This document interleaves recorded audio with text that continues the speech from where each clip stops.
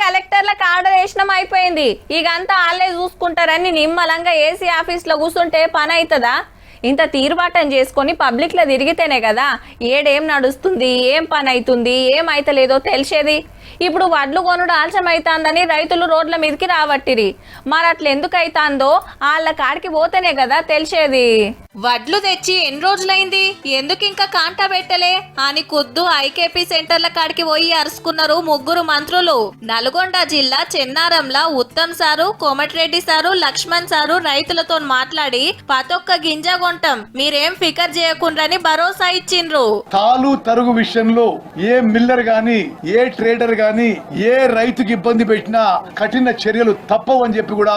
అయితే 180 మంది బెంగాల్, బీహార్ హమాలీలేనట.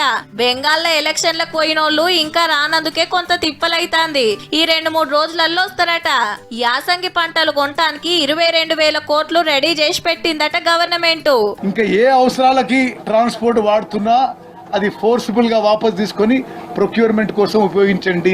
అట్లనే ఆఫీసర్లతో మీటింగ్ పెట్టి రపరప కొనాలే, రైతులకు తక్లీఫ్ గానియొద్దని ఆడరేసిండ్రు. ఈడికెళ్లి సీదా ఖమ్మం జిల్లా పాలేరుకు పోయి ఆడ పరిస్థితి అరుచుకున్నారు.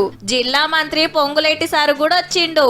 తాలు చెత్త ఉందని 5-6 కేజీలు కట్ చేస్తానన్నారు. దాని మీద ఆల్రెడీ కమిషనర్ గారికి ఆదేశాలు ఇచ్చారు. అటువంటి బిల్లుల్ని అవసరమైతే సీజ్ చేసి కఠిన చర్యలు తీసుకోవడానికి కూడా వెనకడుగు వేయొద్దని మంత్రులు వచ్చినప్పుడే ఆత్రమాత్రం చేయకుండా ఈ స్పీడ్ గా కొనుండ్రి. వడ్లు కాంటాలైతలేవని రోడ్ల మీదకొచ్చి ధర్నాలు చేయబట్టిరి.